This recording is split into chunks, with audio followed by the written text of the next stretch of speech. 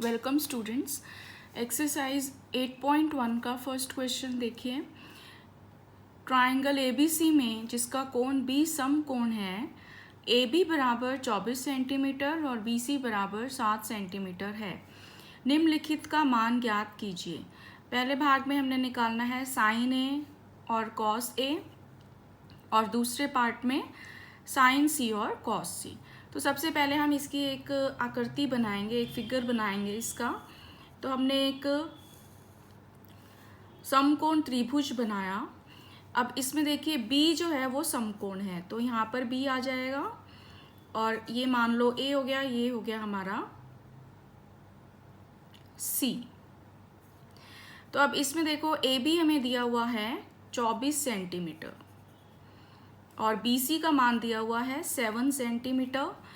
तो हमने निम्नलिखित के मान निकालने हैं। तो इसके अब देखो साइन ए निकालना है सबसे पहले हमने फर्स्ट पार्ट में। तो साइन ए, उसके लिए हमें लंब और करण पता होना चाहिए। तो सबसे पहले हम इसमें करण AC का मान निकालेंगे। अब देखिए पाइथागोरस प्रमेय द्वारा, पाइथागोरस प्रमेय क्या कहती है? करण का वर्ग बराबर आधार का वर्ग जमा लंब का वर्ग। तो यहाँ से हमारे पास AC का स्क्वायर कितना आ जाएगा? BC का मान है 7 और AB का मान है 24। तो ये आ गया 49 और 24 का स्क्वायर होता है 576। आप इसको प्लस करोगे तो ये आ गया 625। तो AC का मान आ गया √625 यानी कि 25 सेंटीमीटर, 25 सेंटीमीटर। तो AC हमारा आ गया 25 सेंटीमीटर। अब देखिए, अब पहले भाग में हमने साइन ए निकालना है। तो साइन ए का सूत्र क्या होगा? लंब बटे में करण। तो लंब क्या है? अब देखिए ये ए कोण है। अब इसमें हमने किस बात का ध्यान रखना है कि ए जो कोण है उसके सामने वाली भुजा क्या होगी? लंब। तो BC बटे में करण हमारी सबसे लंबी भुजा यानी कि AC। तो BC का मान हमारा आ जाएगा 7 है और AC का है 25। तो इसका उत्तर आ गया 7/25। अब देखिए, अब दूसरा हमने निकालना है कॉस ए। तो अब एक जो कोण है उसके जो साथ वाली भुजा है वो आधार है, तो AB आधार है इस केस में, और AC हमारा करण है। AB का मान 24, तो यह आ गया 24/25। इसी प्रकार दूसरे भाग में अब देखो, दूसरे भाग में हमने साइन C और कॉस C निकालना है। तो अब ये कोण है हमारा C। तो साइन C के लिए अब देखिए C के सामने वाली भुजा उसका लंब होगा, तो इस केस में लंब क्या है? AB, और करण सेम रहेगा सबसे लंबी भुजा।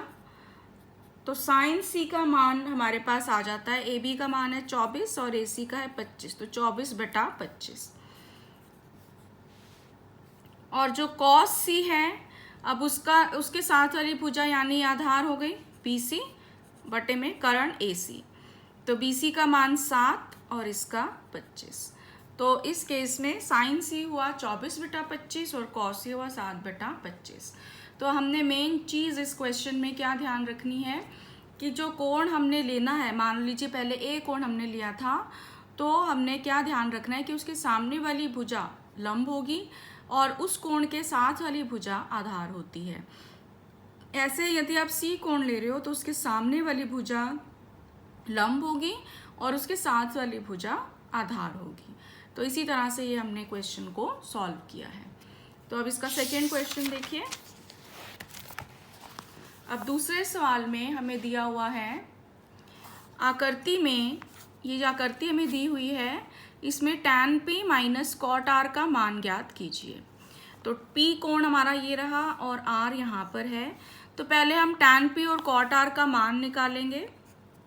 तो देखिए tan P, अब tan जो है उसका सूत्र क्या होता है? लंब बटा आधार। तो P के सामने वाली भुजा हमारा लंब है, तो QR बटे में आधार इसके साथ वाली भुजा यानी कि PQ।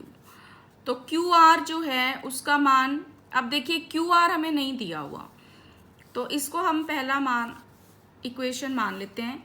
अब पाइथागोरस प्रमेय द्वारा पहले हम इसमें क्यू आर का मान निकालेंगे प्रमेय द्वारा।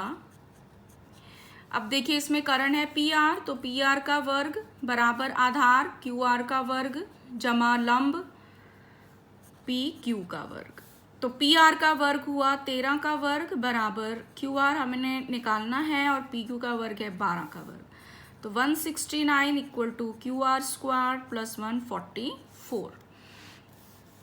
तो यहाँ से क्यू आर स्क्वायर आ जाएगा 169 माइनस 144 यानी कि 25। तो क्यू आर का मान आ गया √25 यानी कि 5 सेंटीमीटर। तो पहले इक्वेशन से tan p इसका मान कितना आ जाएगा, क्यू आर का मान 5 है और बटे में पी क्यू का मान कितना है 12। अब देखिए इसको सेकंड इक्वेशन ले लेते हैं सेकंड। अब कॉट आर निकालना है हमने, कॉट आर। अब देखो आर कोण ये है और कॉट जो है उसका सूत्र क्या होता है, आधार बटा लंब। तो आर जब कोण हम ले रहे हैं तो आधार क्या होगा, इसके साथ वाली भुजा क्यू आर, और लंब क्या होगा, इसके सामने वाली भुजा पी क्यू। तो क्यू आर हमने 5 निकाला और पी क्यू का मान 12। तो अब हमने tan p minus cot R निकालना है, तो 2 माइनस 3 जब हम करेंगे तो tan p minus cot R तो आ जाएगा 5/12 माइनस 5/12 यानी कि 0। तो tan p minus cot R का मान कितना आ गया, 0। तो अब इसका तीसरा सवाल देखिए। तीसरे सवाल में अब हमें दिया हुआ है यदि साइन a बराबर 3/4 तो कॉस a और tan a का मान परिकलित कीजिए। अब इसमें हमें साइन a का मान दिया हुआ है और हमने कॉस a और tan a का मान निकालना है। तो हम पहले एक इसकी आकृति बना लेते हैं, ए बी सी। मान लीजिए ये ए बी सी एक समकोण त्रिभुज है। अब इसमें देखिए साइन ए, ये ए कोण है, तो साइन ए का सूत्र क्या होता है, लंब बटे में कर्ण। तो ए के सामने वाली भुजा लंब है यानी कि बी सी बटे में सबसे लंबी भुजा ए सी। अब इसका मान हमें दिया हुआ है 3/4। तो यहाँ से हम बी सी ले लेते हैं 3 के और ए सी हम ले लेते हैं 4 के, जहाँ के एक पूर्णांक है। अब देखिए अब हमारे पास ए सी का मान है 4 के और बी सी का मान है 3 के। अब ए बी नहीं पता हमें, तो हमने ए बी निकालना है पहले। तो पाइथागोरस प्रमेय द्वारा कर्ण का वर्ग यानी कि AC का वर्ग बराबर आधार का वर्ग जमा लंब का वर्ग। तो AC हमें दिया हुआ है 4 के, AB हमने निकालना है और BC है 3 के। तो यहाँ से 16 के स्क्वायर आ जाएगा, AB स्क्वायर प्लस 9 के स्क्वायर। तो यहाँ से AB स्क्वायर आ गया 16 के स्क्वायर माइनस 9 के स्क्वायर यानी कि 7 के स्क्वायर। तो AB का मान आ गया √7 के स्क्वायर यानी कि वर्गमूल 7 के। ये आ गया हमारा AB। अब हमने cos A निकालना है।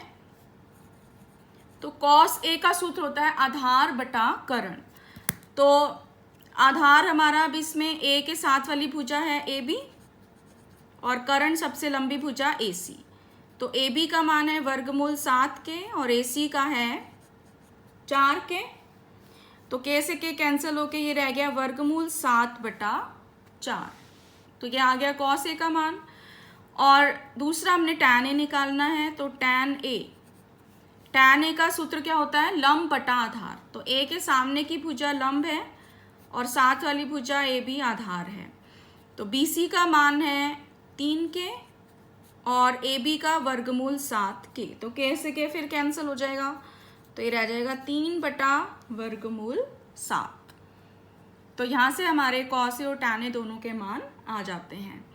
तो यह दिस कंप्लीट्स थर्ड क्वेश्चन, तीसरा सवाल समाप्त हुआ। तो यदि आपको ये वीडियो पसंद आए तो मेरे चैनल को सब्सक्राइब करें और इस वीडियो को लाइक और शेयर करें। धन्यवाद।